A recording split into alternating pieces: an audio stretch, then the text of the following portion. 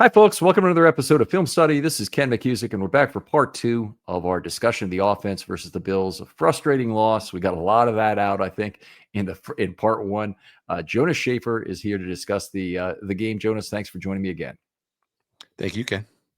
I really appreciate the discussion for the first part, but Jonas has a great article coming out that I think will probably scratch the intellectual curiosity that some of the fans of this show will have with regard to questions about Harbaugh and blown leads. You want to talk about that a little bit before we move on? Sure. It's just kind of an unscientific ranking of the five root causes of the Ravens' big late game implosions. Those being in order from least annoying to most annoying, I guess. Mhm. Special teams execution, obviously, because they haven't really had a whole lot of opportunities for Justin Tucker to get kicks when they're not moving the ball. Obviously, there was the Tyler Loop missed extra point, but that was kind of before things. I guess that was really that was a potential inflection point when things started to go south on Sunday. Fourth down aggressiveness, offensive execution, defensive execution, and then just bad luck. All right. I was thinking of another special teams case, might have been against the Colts, but it might have not been at a 90% point there. And that was when they had the fair catch.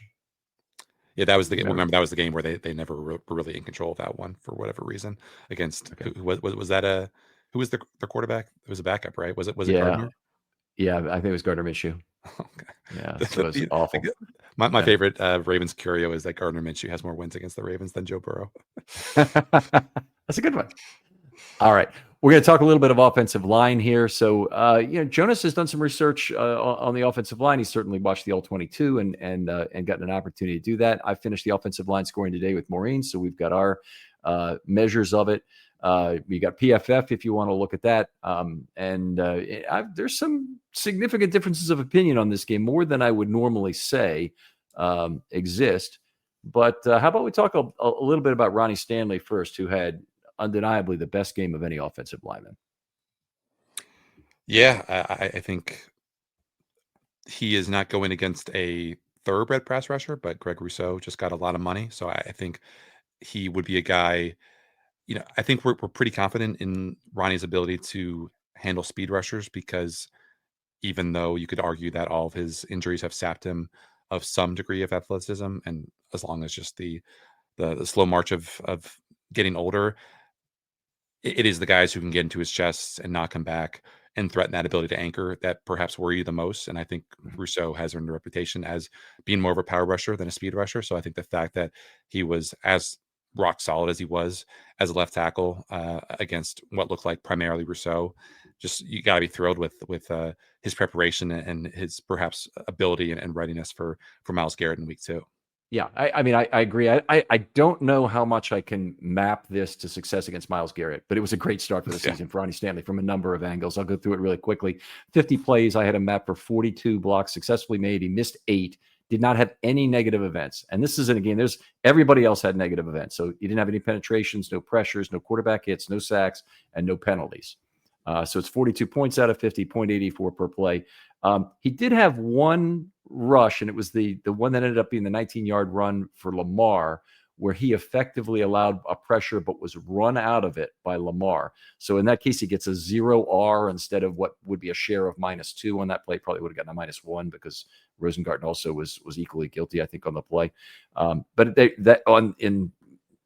in those terms, he gets a 0R, which effectively hits him on his adjustment, but he still gets in and squeaks in at the bottom of an A- for this game. I thought it was a terrific game. A lot of good mobility from Stanley in this game. And you mentioned, part of it is just being able to handle whatever Rousseau can show you. And he had both on that side some in terms of speed, but also be able to get out of level 2, where he made 7 blocks in level 2. He had 2 pancakes. He had a really nice block on one of the touchdowns, and I'm trying to remember which, or maybe it was a play that got the ball down in close. He just clipped somebody on the very left edge of the play, barely. I think a defensive back, and that freed up. Might have been Flowers for that walk-in touchdown from 20 or so yards. I can't recall. Okay. All right. Hopefully, I'm not making this up in my mind, but I have kind of a visual recollection of this. Two pancakes, 2 out of 2 on polls, 2 highlights. So a nice set. You get a wonderfully intelligent lineman with Ronnie Stanley there, and Ronnie particularly is always cognizant of trying to contribute on the backside of a run play. Something he's done well since his rookie year. He was when he really didn't have any mobility. It was a big takeaway from his game. It was a big reduction in the quality of his play. Was how much he was not contributing. He gets downfield to make blocks. He does a good job of blocking multiple players on the backside of a run play when he knows the amount of effort necessary to keep them from being impactful in the play is relatively limited, and he can get 2 on one play. Love to see that happen. But great performance for Ronnie. Vintage Stanley. And best of all, he did not make week 1 illegal formations. There you go. Yeah, that was a tough one to watch last year. I'll move on to Voorhees. I'll give you my notes, and then I'll have you jump in on what you thought. Also, not a good game for him. 50 plays, 38 blocks, 7 missed, 1 penetration allowed.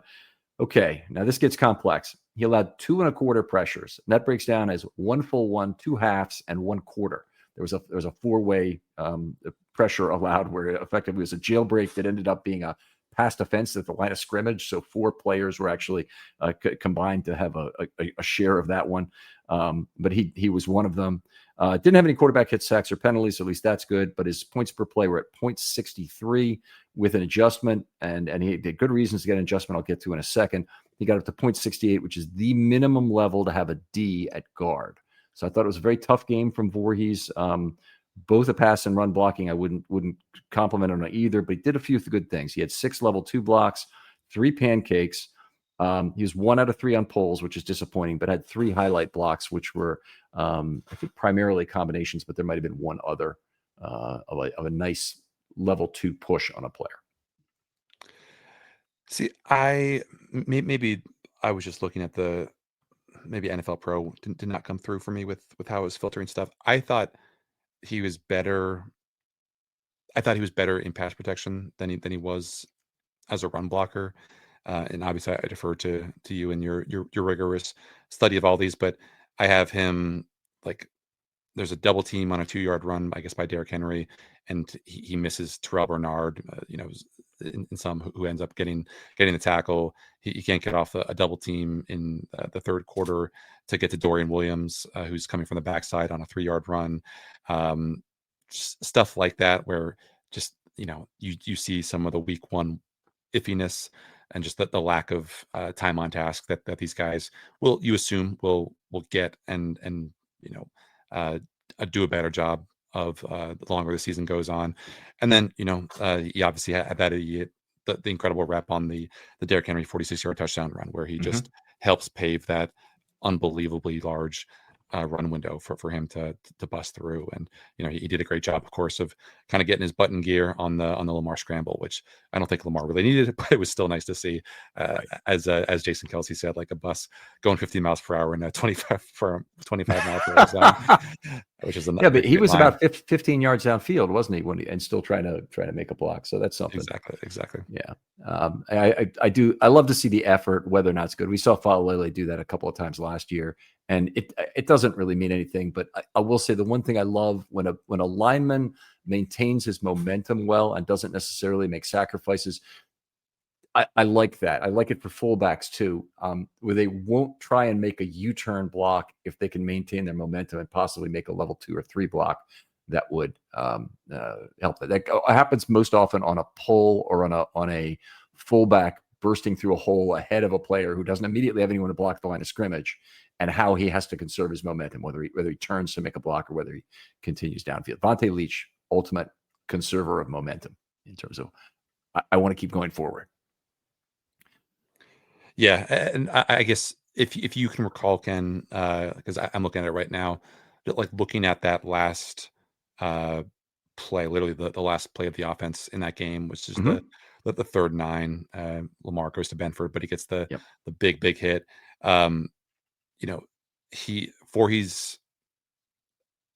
He obviously leaves the blitzer. He only gets a hand on the blitzer, and that kind of throws him. That takes him away from, I believe, Ed Oliver, because he kind of abdicates his responsibility to Oliver. And I just wonder if, again, that is a thing where, the rule in offensive line play for blitz pickup is the most dangerous man is the guy who's closest to the quarterback, Yep. and maybe Voorhees recognizes the slot blitz, and Ronnie Stanley doesn't, and so Voorhees is doing his job by initially picking up at Oliver, but then he sees that Ronnie does not have the blitzer who is coming on a more direct path than the actual edge rusher, so Voorhees is stuck blocking 2 men when he should have really only had 1, and Ronnie should have taken the inside guy. I remember one time early in the beat, I tweeted out a clip like, I can't believe, the Ravens allowed this sack to happen. What is Ronnie Stanley doing? And Ronnie Stanley was searching his name on Twitter and saw it and quote tweeted me. Did not have a good time that afternoon. So that lesson has been seared into my brain about picking up the most dangerous man. And I just wonder, Yeah. For all the people who are roasting Voorhees, whether he actually did the right thing and ends up getting penalized for, at least in the public perception, because he was trying to put out 2 fires at once. Yeah, and he was trying to put out 2 fires, and I'll tell you how I scored that play.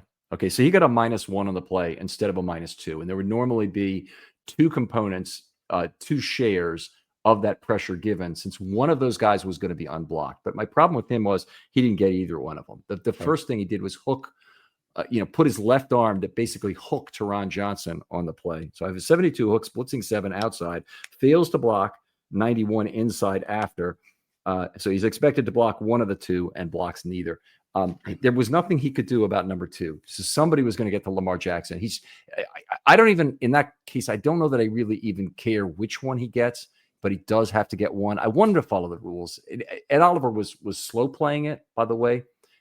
He was actually slower getting through that hole than Teron Johnson was, which is a little surprising. And I'm trying to remember if Ed Oliver was coming from the other side of the nose tackle on the play, whether he's looping to that side, but I can't remember right now. I don't have the visual memory. He's lined up over Voorhees.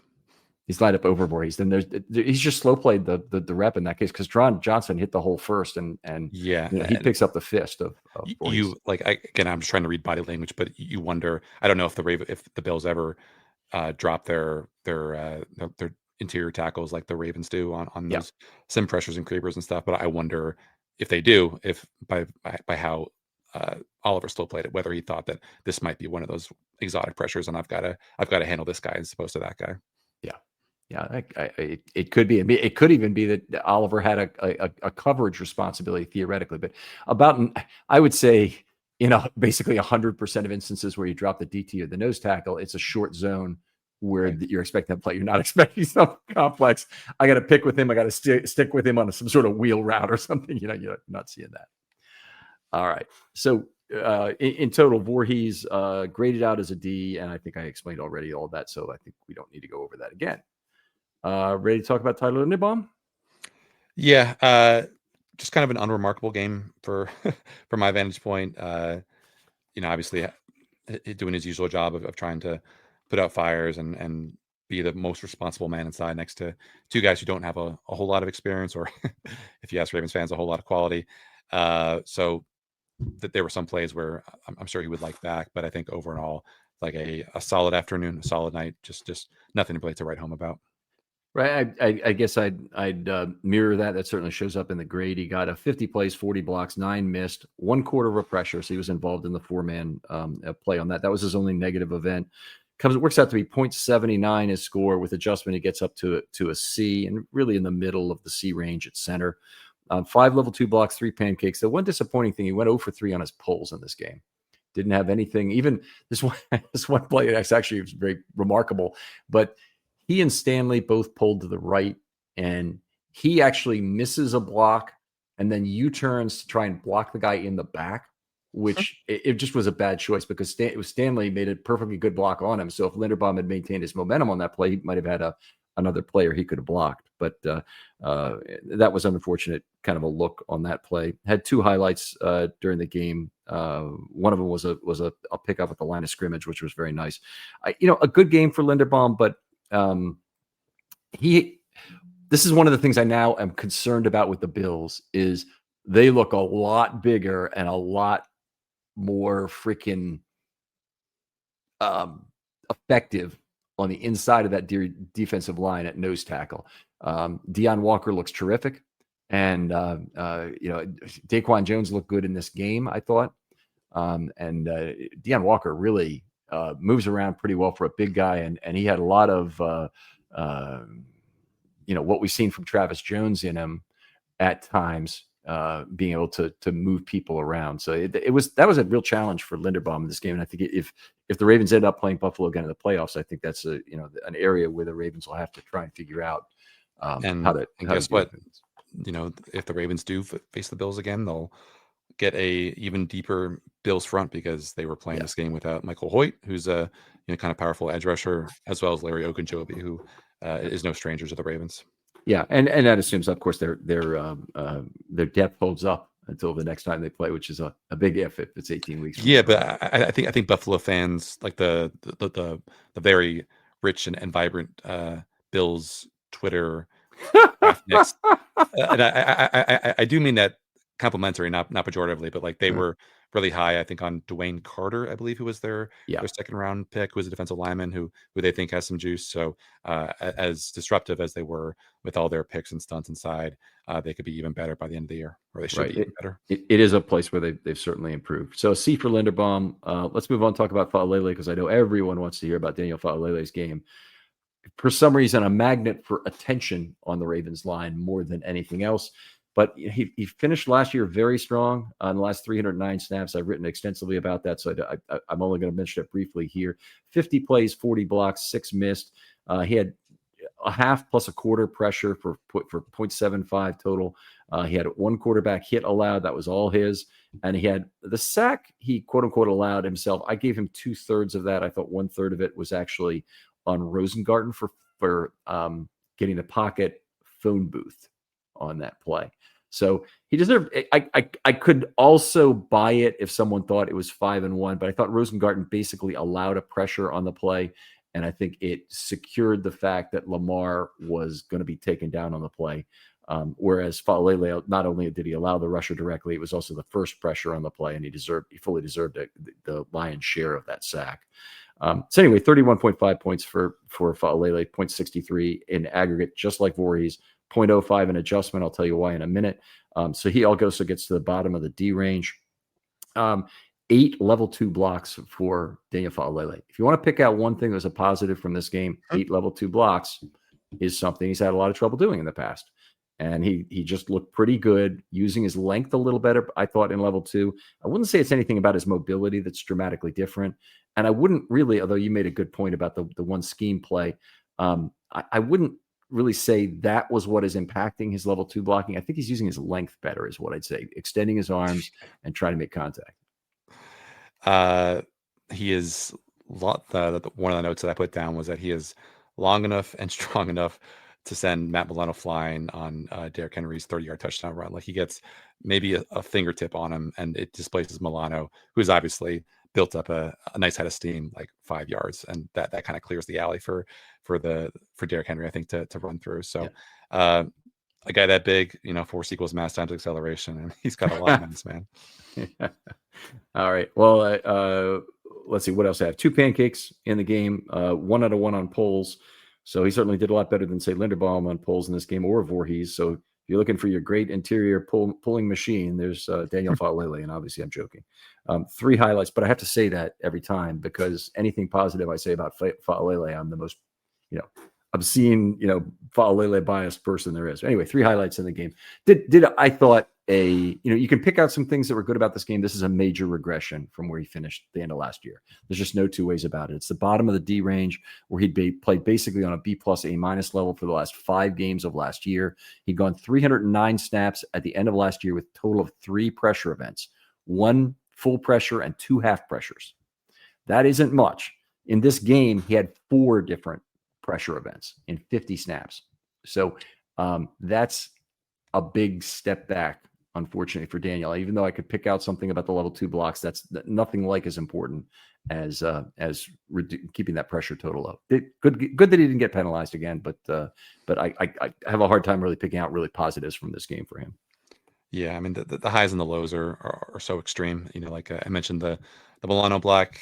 There's also on another Derrick Henry explosive, the 49-yard run in the Mhm. second quarter. He is the last person out of his stance, but he's still which is a common problem for Big Dan. But he still somehow manages to pancake Greg Rousseau, who's lined up on the right side there. It looked like Rousseau might have gotten tripped up slightly by Roger as he got to the second level, but it just like, wow, Rousseau is this beast of a run defender, and there's Big Dan putting him on his back.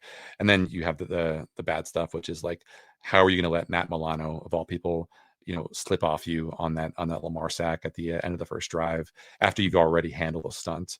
And then on there's a 5-yard loss by Derrick Henry in the third quarter where he can't cut off the backside three tech who is at Oliver, and it kind of leaves Roger Rosengarten hanging out to dry. So um, maybe he is a guy who, like Roger Rosengarten last year, will get better the more accustomed to the game speed he gets, but certainly just not the kind of night that he's going to be putting on his free agency highlight reel. Yeah, I mean, I don't disagree. He is playing against one of the really good three techs in the league, in Ed Oliver. And Oliver, I have Oliver as being the guy who beat him for the 2/3 of a sack on the final play of that first drive. Bull then beaten inside by 91 is my note on the play. I have to go back and watch it. You think Milano was involved though? I can check as you talk right now. Okay, sure. And Oliver certainly got the sack, so there's no doubt about that. But that's how I had it recorded. All right, so we've been through Falele, so I'll go through Rosengarten while you're taking a look at that real quick. Rosengarten had a tough night. 50 plays, 37 blocks, 6 missed. I'll get into that in a little bit. The penetrations, he had 2 of them. One of them was on the Derrick Henry fumble. It was all his as I scored it. It wasn't anybody else's. Yeah, that's correct. Okay, and then he had 2 pressures as well. Check this on my sheet here while I'm looking at it. I know we made that correction. The score is the same. That's good. Okay. And then he had 2 1/3 shares of the sack. And the first one I already talked about, he allowed the pocket to be phone boothed on the sack by Oliver when he was bowled by 50 is Rousseau, right? I'm thinking 57 is Epinesa, 50 is Rousseau to phone booth the pocket. And then the other one was basically the sack where Lamar took an S0 on the play.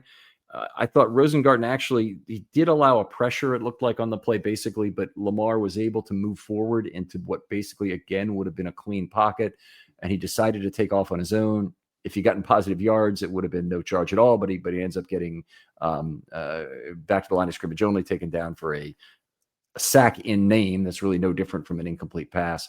I didn't feel it was fair to give him a whole 6-point sack anyway. I thought it was really a pressure that he allowed. So I went with the standard -2 scoring on that play. So a third of a sack. I credit him, the rest of it to Lamar on that play. Did have a false start. They're trying to get the offensive linemen to hold their water. That's not a good thing. It's not a huge thing to have a non-declinable foul. Nice that the Ravens didn't have any declinable fouls on offense that I can remember. They had 2 false starts. No, they did have one. They had an illegal motion on Zay Flowers that basically acted as a safety blanket on one of the plays that ended a drive. It might have been the last one to. It's not the Hopkins one. Where was no? It's on the third to last drive. There was a 9-yard pass on 3rd and 13, and it wasn't good enough for a first down. But there's a declinable foul on Flowers that would have been very frustrating to Ravens fans had it been accepted.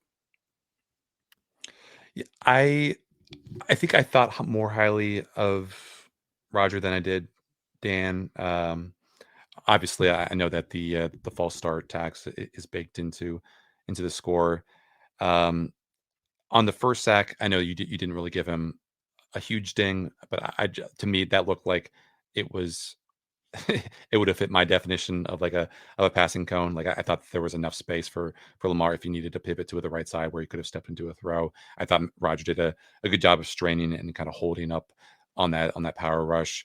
I know you only have him down for 4 level 2 blocks, but I thought for the most part he did a good job of not only getting to the second level, but establishing leverage once he got there and creating nice enviable running paths.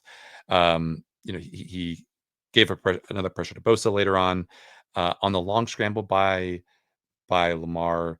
I think you probably charted him with a pressure. But to me, that's like if you're going to give him a pressure on that, then you probably give one to Ronnie as well, because it looked like they were like those two edge rushers were almost equidistant in terms of where they That's right. were from Lamar. You're Um, 100% right. It's a 0 R in both cases. So neither of them got a negative deduction. But they both got zeros for their blocks on the play, and they both got a small ding in terms of their adjustment. But it wasn't a bad ding for either player compared to what it would have been if they'd given up individually.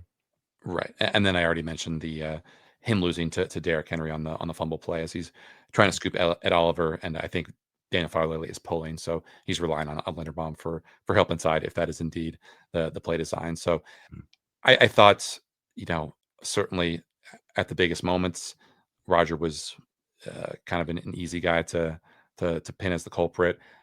But for me, in F doesn't really vibe with what I saw in going through the 53 plays. Okay. Well, fair enough. I know that if you look at PFF, they'll have markdowns for him on plays. They don't have the run plays clearly marked down about how far they're deducting from him for some of Did he do those. poorly on PFF? Let me check. Because I will say, as you're looking it up, Yeah. it was surprising to me considering what I thought, from looking live before I looked at the tape and everything, that he'd had a suboptimal day as a pass blocker. But then you look at the pass block win rates, and I believe he was one of the, I don't know, like 20 or so offensive tackles who was graded out as 100%, which was interesting to me. Yeah, I'm not buying that. Trust the He got dots, Ken. he Trust he the got dots. he got a 44 run blocking grade from PFF, which is quite bad. And I had him for 2 penetrations in the game, so that would pretty much explain that. Although the Ravens ran a lot in this game, that would pretty much explain that. And then from a pass blocking perspective, they have him at 64.5. I'm sorry, I'm looking at Voorhees. Rosengarten, they had his 57.8 as a run blocker. So they must have not dinged him by too much on the Henry fumble, maybe realizing how much of a reach it was on the block.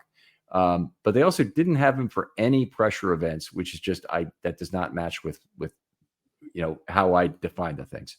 And part of it, when PFF and I have differences, almost always is definitional in nature. Right. That it has to do with how much I require the cone to be not impeded, and how they define it differently. And I can understand that's the case. And the good thing is, I mean, we almost always agree on the direction of a play. So they might have dinged him by a half point on some of these plays where they didn't give him a pressure.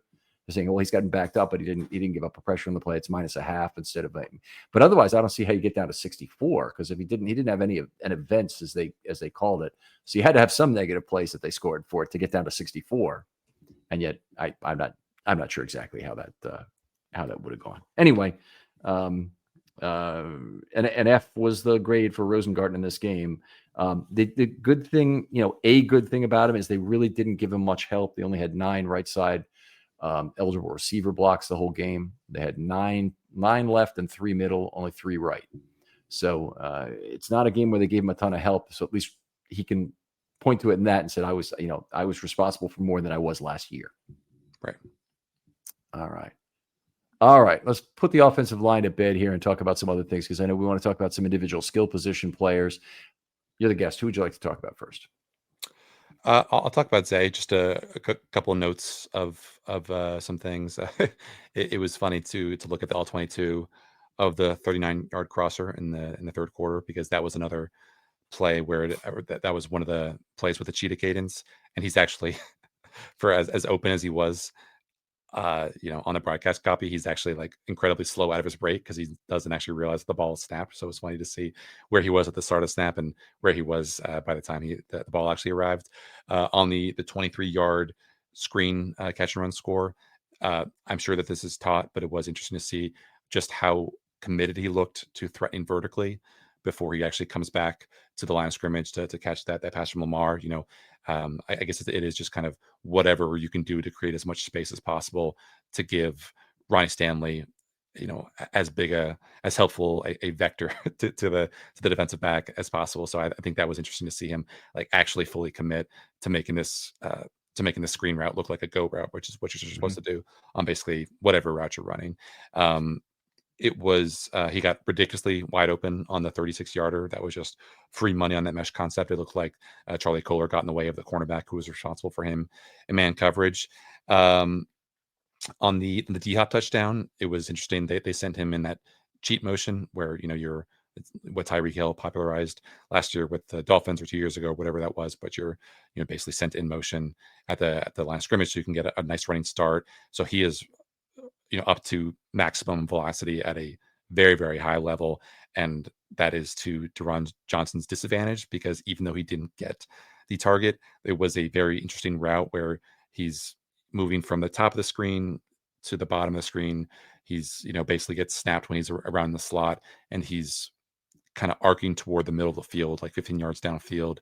And he has this very violent cut where he kind of almost like he's tracing a semicircle, runs back, starts to run back to the left side of the sideline, starts to run back to the sideline where he came from. And Teron Johnson is just in a blender and completely clueless about where he is or how to catch up with him. And at that point, Zay, sees that the ball has been thrown. He kind of gives up on the route. But it was kind of spectacular to go back and watch, because I'm totally missed that in the live viewing. And then the one kind of funny thing, he was obviously called for illegal motion for starting that field, but that looks like a play that you see 15 times a game across the NFL, where there are those slight starts upfield that just are never called. So it didn't even strike me as like egregiously apparent that he was starting upfield before the ball had crossed, or before the ball was snapped. So that was a little bit weird to me, just to see a flag actually thrown on a play like that. Okay, I hear you, but I'm saying I saw the Ravens do that, and particularly Flowers do it multiple times during the game. And so it's something where what I guess happened is they were probably warned that I'm going to call it next time, and then he did it again. And I would say the one that happened, I would have been upset by Buffalo if it hadn't been called. I mean, it was definitely a move towards the line of scrimmage without question. It might have even been, and it would have been, I guess, a case where the Ravens had the wrong number of men on the line of scrimmage at the snap. That he was not only headed upfield, but he was at the line of scrimmage as the ball was snapped, pretty much. And you take another look at the play. I don't want to talk out of my rear end if going through my visual memory, basically.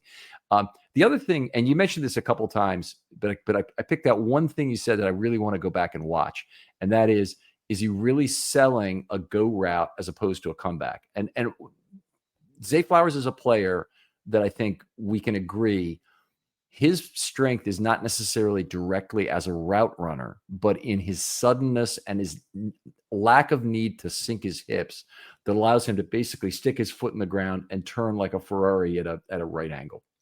And that's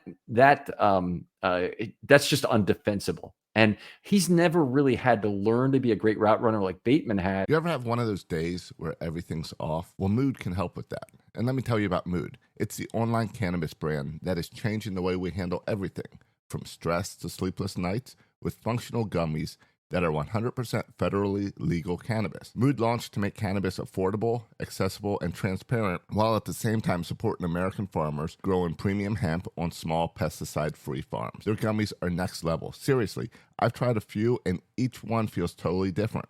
The Sleepy Time gummies, out like a light, immediately asleep. The Epic Euphoria, it's perfect when you just need a reset to feel good again. What makes them unique? Mood combines THC with herbs and adaptogens, so you get real targeted effects. You're not going to find this in your typical dispensary. And here's the best part. Mood ships discreetly to most states, offers a 100-day satisfaction guarantee, and right now you get 20% off your first order with the promo code RAVEN. Just head to mood.com. Find your perfect gummy and use the code RAVENS at checkout to save 20%. Where he's actually trying to read the leverage of the opponent and throw a little wiggle at him at the top of the stem so that he takes a wrong step and then he can break against it. Flowers doesn't have to do that because he could beat you by 5 or 6 yards by just having you be frightened of running at him and him take one hard step with his right foot and cut left. If he wants to do that, he has an amazing ability. But I want to go back and look at that play that you're talking about, where you say he really sold the go route. Can you give me a time reference on that, or when it was? It was on the touchdown. Right? Yeah, it was the touchdown. Okay, I'll look at that. And that's the play. You can take a look at that. That's the first drive of the third quarter, I think. It has a PL 23. I think that's the really good Ronnie Stanley block. Yeah, with Linderbaum also out. By the way, the penalty that I just mentioned, it was called on Zay for illegal motion, so I assume that he was indeed the one responsible. But it was interesting to me that I think that the play that I believe was run in the preseason that I really liked because of how effective it was and how simple it was basically like having a very elusive guy basically run the old ankle route, Texas route, out of the backfield and have a Tyler Linderbaum or a athletic lineman out in space as the one man convoy, and they tried to do that. It looks like twice on Sunday. One time was the incompletion to Justice Hill on the underthrow by Lamar, and this one, based on how the play unfolded, even though it didn't unfold for very long, was similar, where it is Zay in the running back position, where they have. Let me see if it is Linderbaum. Yeah, it is Linderbaum also becoming the one man escort for Zay on the kind of angle route coming back over the middle. So if you're looking for, if you want to impress your friends, like tell them to be on the lookout for that, because I think that will be a staple of the Ravens of the Ravens passing offense this season. All right, great stuff. Let's move on. I'll pick the next player.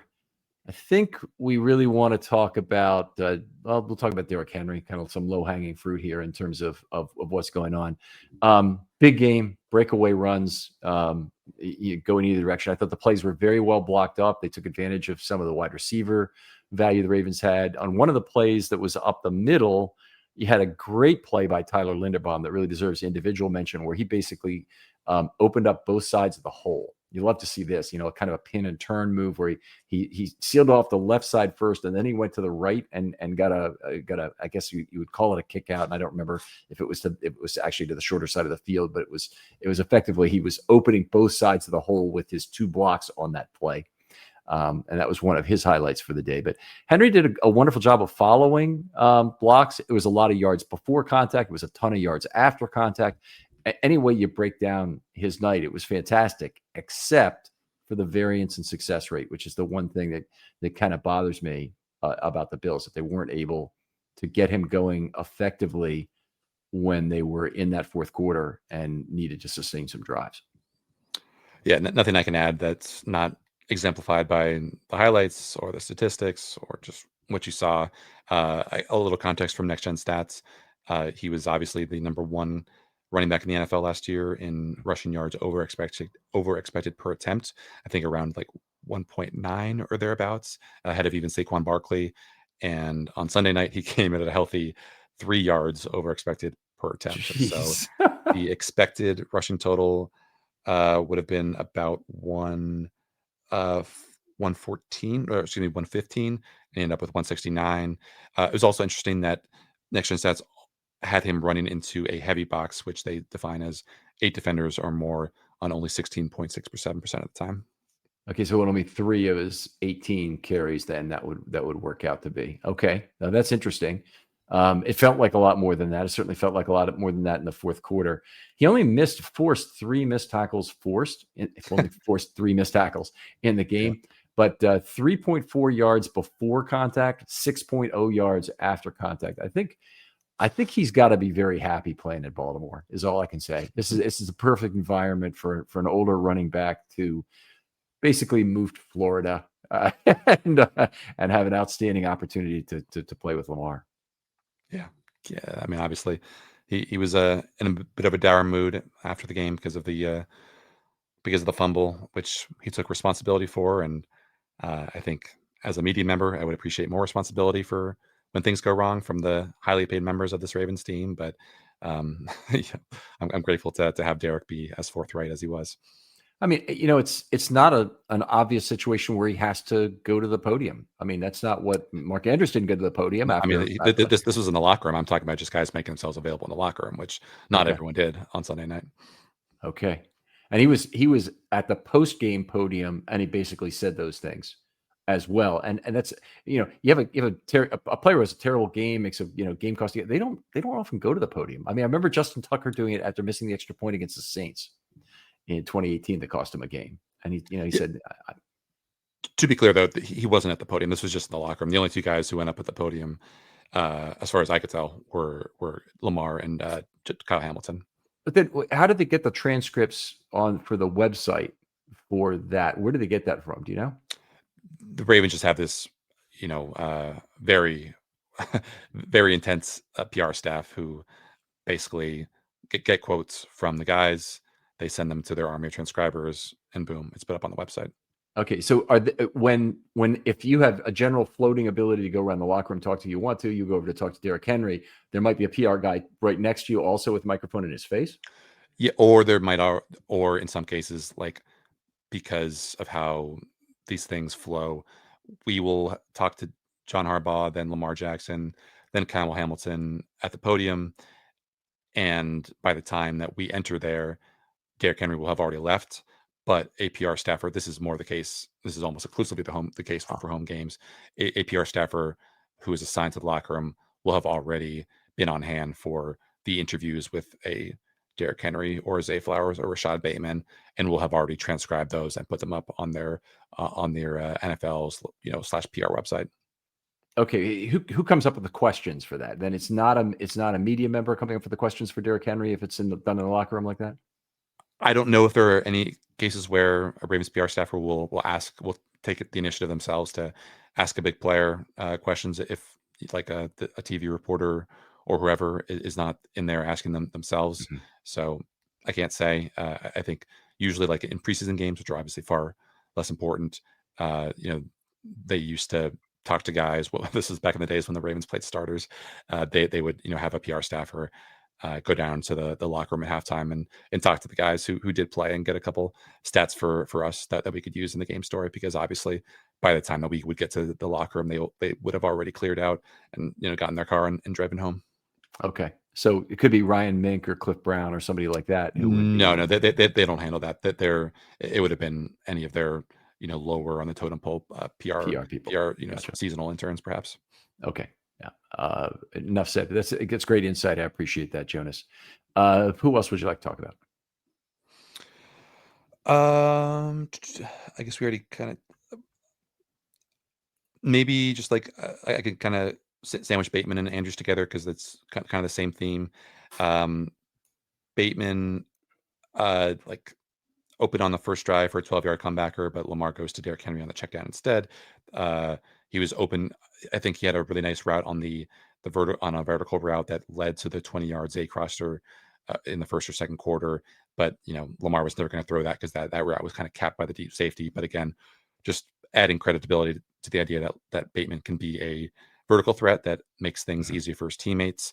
I think low-key, maybe my favorite Bateman highlight from Sunday was he, I assume this is part of the X's and O's, but on the 49-yard touch, on the 49-yard run by Derrick Henry, he is not blocking the cornerback opposite him. He is approaching the safety, who in this case is Cole Bishop, and just delivers one heck of a block that I don't think Bishop saw and definitely didn't appreciate, because he just basically took him completely out of the play. So great job for Bateman as a slider guy to show that he has some pop in the run game.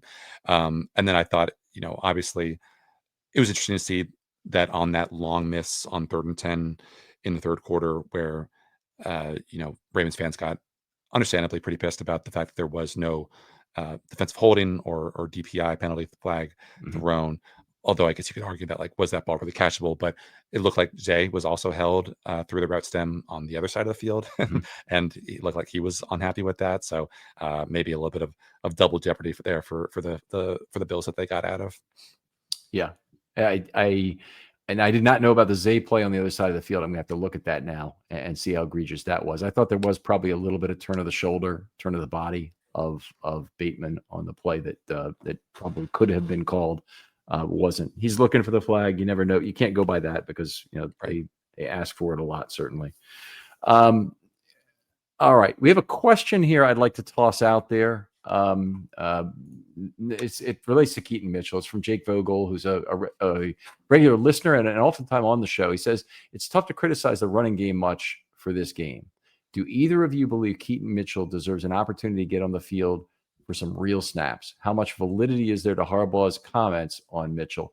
We did cover that a little bit in the first show in terms of how you can use Mitchell. And I think we're representing two, not polls, but more like one, explaining at least what Harbaugh's reasoning is.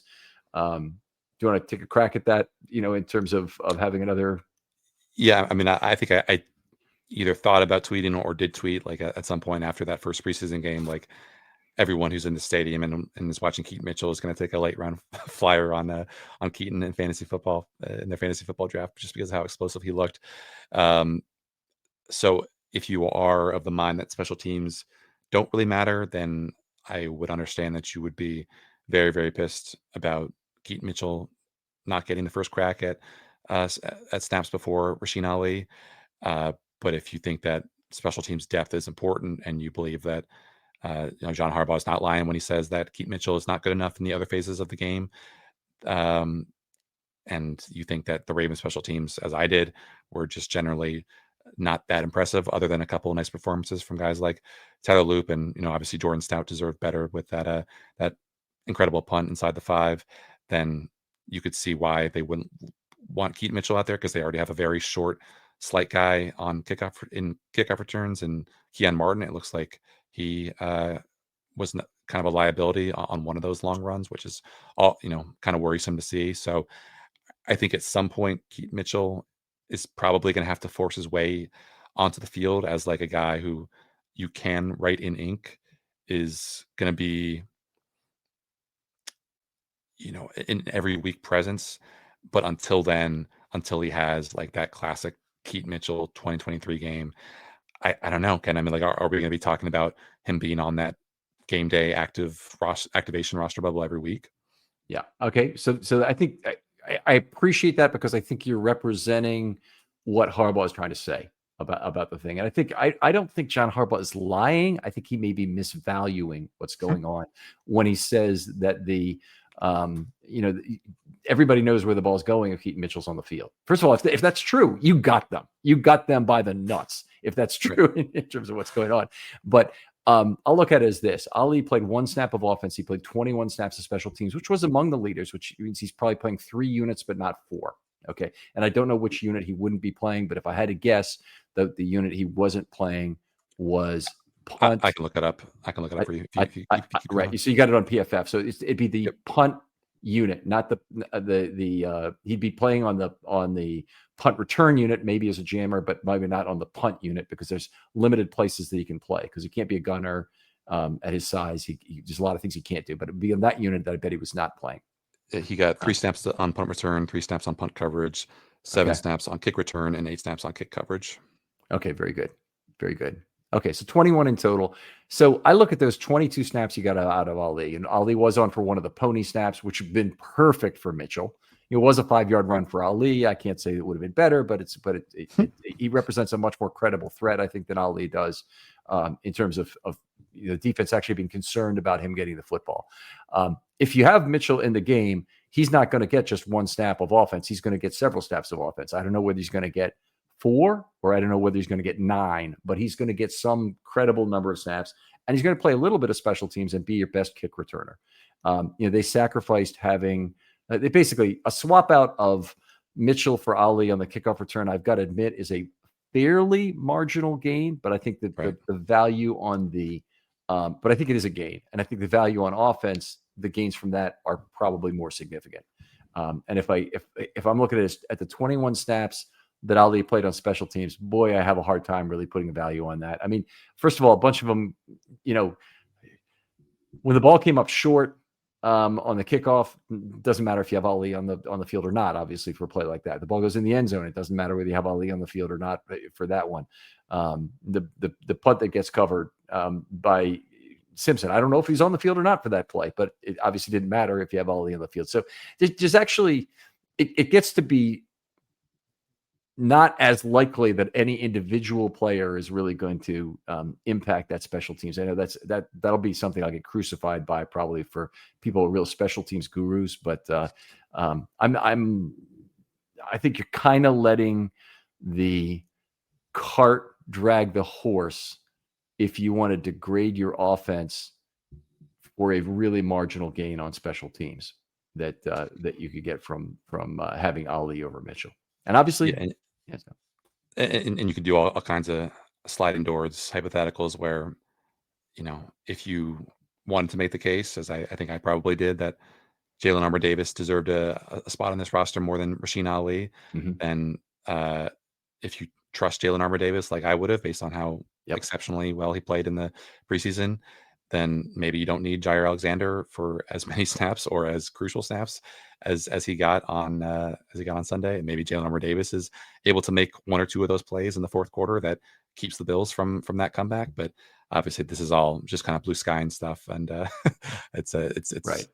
don't want to waste any more breath than we have to. At least I kind of understand the move away from Jalen Armour-Davis because I think it's a multi-year, but attempt to get a multi-year gain as opposed to a single-year gain. So I kind of understand it. They didn't project him for a lot of snaps this year. I kind of would have projected him for more snaps, I think, given the fact that the third and fourth guys for the Ravens have very questionable durability. Yep. Not to mention, I wouldn't ascribe Marlon Humphrey as the most durable cornerback in the league.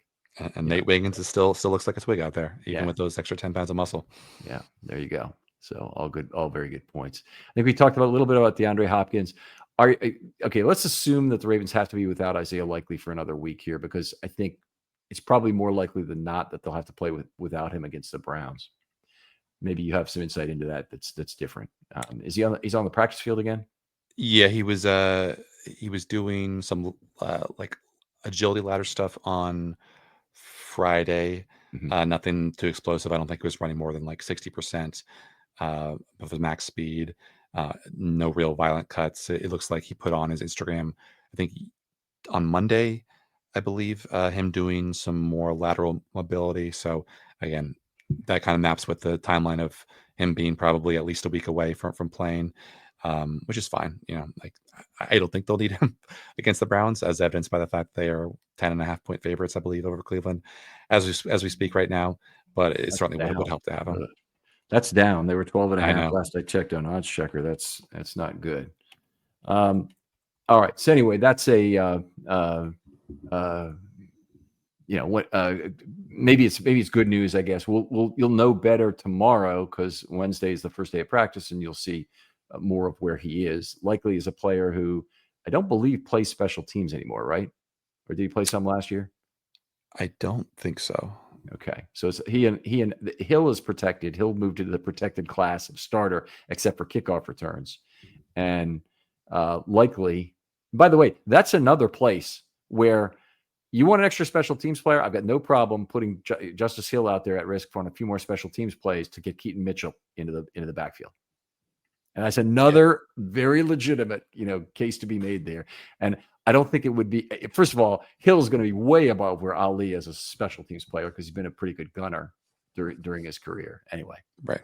Enough said. Jonas, always a pleasure talking football with you. Tell folks again But before we go, I got two things to bring up with you. I know obviously you did the bulk of your published work so far was on the offensive line, but did you have a general takeaway from watching Mark Andrews? Other than he was not targeted, no. I thought it was very interesting that he and Flowers ended up on the same spot in the field, so there may have been an option route involved on that play.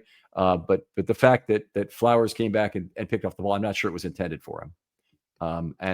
Do I think he looks slow? I don't have enough basis for that. But maybe from looking at more extensively at the All-22 for the receivers in particular, you might have picked up on some of that. Yeah, I mean, not a whole lot of those vintage Mark Andrews like Y cross plays where you can really see that separation. I thought obviously he was a good run blocker in space in that first half. But your point about him ending up in the same airspace as Zay was interesting because I think it happened more than once. There was a 3rd and 7 play.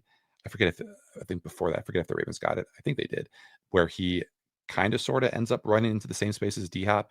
Again, because of how new D-Hop is to this offense, maybe you're more inclined to blame him than Mark, but obviously Mark has long enjoyed latitude about in terms of where he goes, especially versus zone in this offense. So that was interesting to see.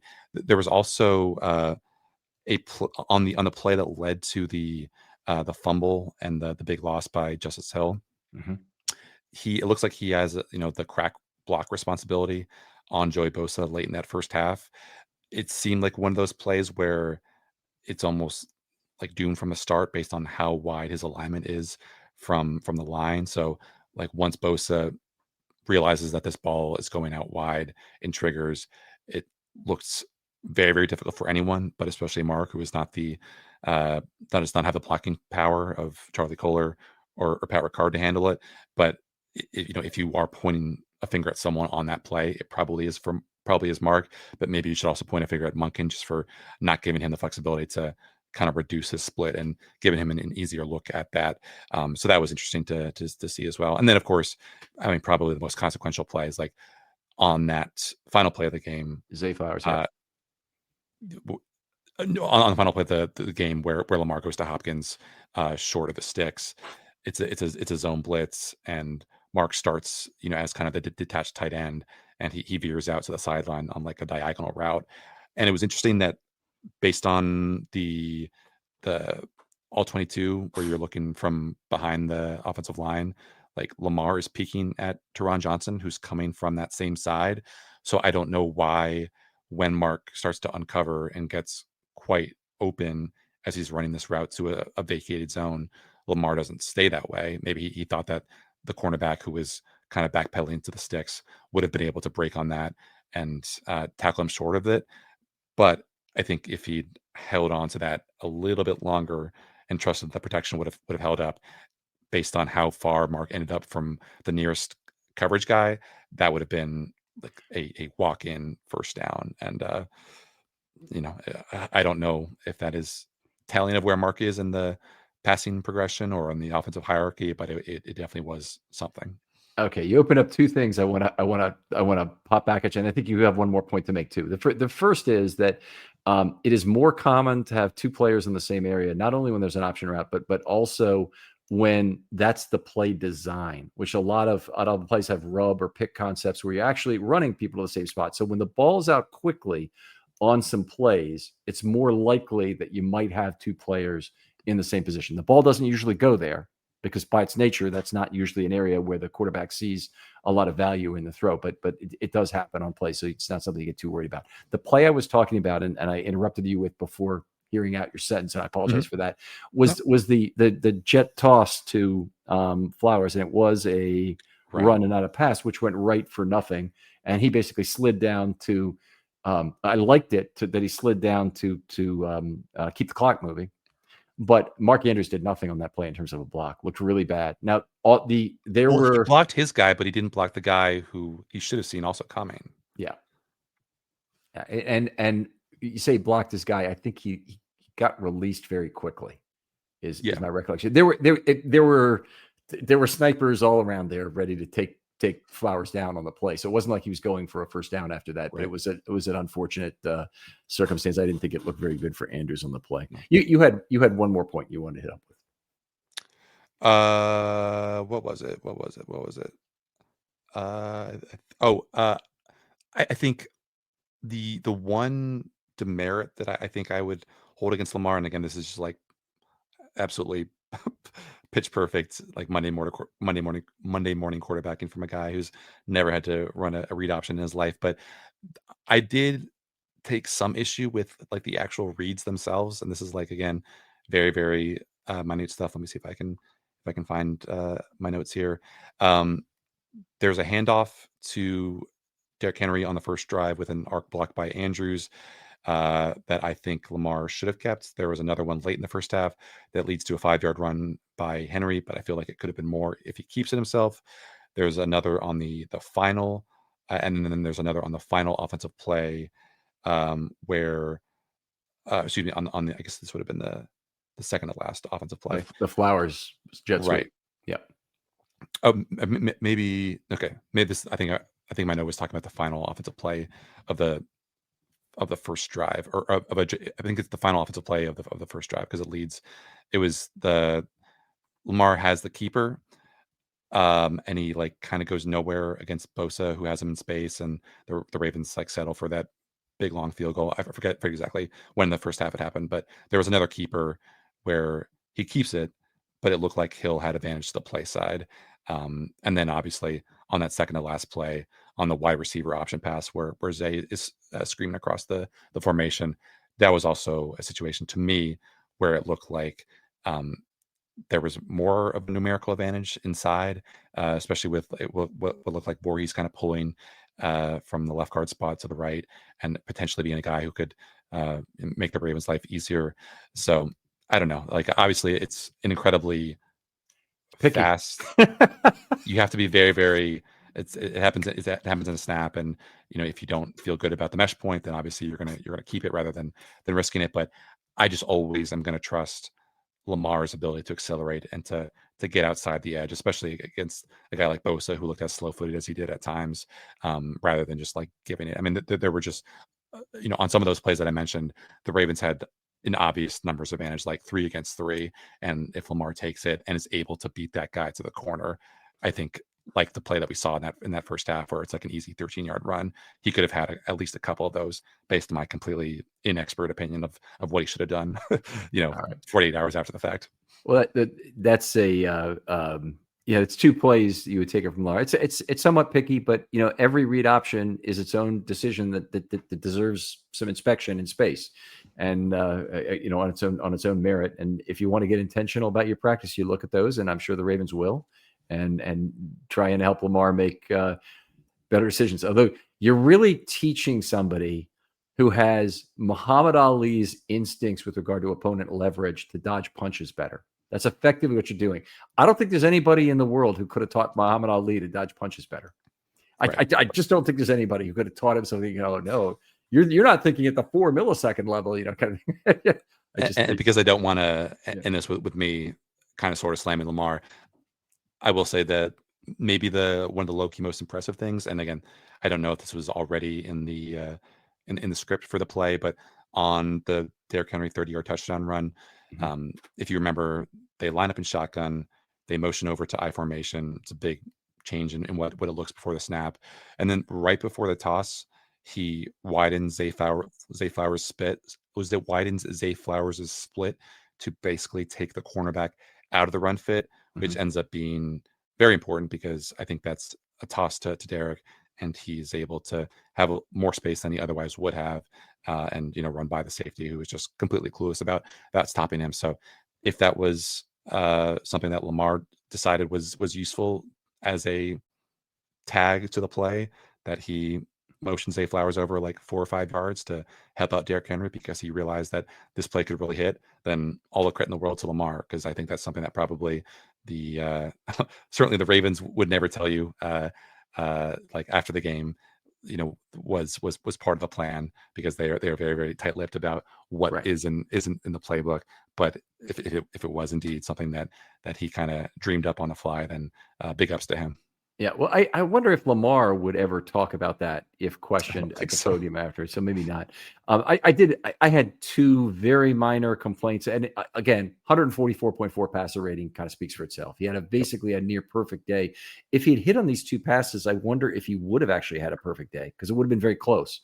But the 2 passes that he missed on were 2 plays where he basically did something we've seen from him in the past, and that is he tried to hand the football to the receiver. And what I mean by that, he really short-armed a ball where the receiver had plenty of space around him. And the first one was 2 in a row. The second one was the Hill play, which was right at his feet and was thrown low. And it was the play before that, which I don't have a better description of it. It's the first play of the fourth quarter. He missed Zay on the crosser, and Bateman was wide open on that play. So yeah. All right. So anyway, two different throws. If he gets that, I guess he's 16 for 19 as a passer. That's sufficient to make the minimum percentage for the. I think that would have given him a perfect passer rating. It's a shame, but incredible day for Lamar, and obviously he's off to a fantastic start. And we don't do anything but love him here. And I don't think there's. I don't really think there's any legitimate criticism of Lamar in terms of he cost the Ravens the game here. He made it possible. And that's why this is every implosion is its own fresh nightmare, because no 2 implosions are the same under John Harbaugh. Yeah. That there's always a new culprit. It's a constantly moving target. Yeah. All right. Do you feel like we have a desire to, maybe too much of a desire to find blame in someone? Are you talking like in the general political climate or what? No, I really was talking about it as sports fans, maybe more generally. In this case, obviously, it is a common thread that Lamar and Harbaugh have been here for the period at which people want to seem to measure, whether you're talking about one score being losing one score games or losing games in comeback fashion. You've got some common threads, and there's a desire to find one person. I think your article, as I pick up on it, is going to do a really good job of kind of looking at these individually and see what went wrong. Yeah, I mean, there's more information available than ever before, and in richer detail than ever before. So, if you want to make Daniel Filelli your whipping boy for the week, then all you have to do is go onto X.com and search 77 or Filelli, and there he is, going to be looking like a turnstile on one or two plays, and to some people that's enough to hang a guy in effigy. All right. Well, Jonas, great talking football with you again. Tell folks where they can find your work online and read your Banner article about the more recent troubles giving up leads. Yeah, just thebanner.com. You can also go to thebaltimorebanner.com if you still have that bookmarked. It will redirect you either way. And yeah, we've got plenty of great stuff. Obviously, with the Orioles wrapping up, we've had a great year of coverage from our guys, Andy Koska and Danielle Allentuck and John Mioli. And, obviously Ravens coverage picking up now with me and Gianna Hahn. Our columnist Kyle Goon, Childs Walker is now running for us. I know you've had him on. Ken, obviously a long time Baltimore Sun veteran who,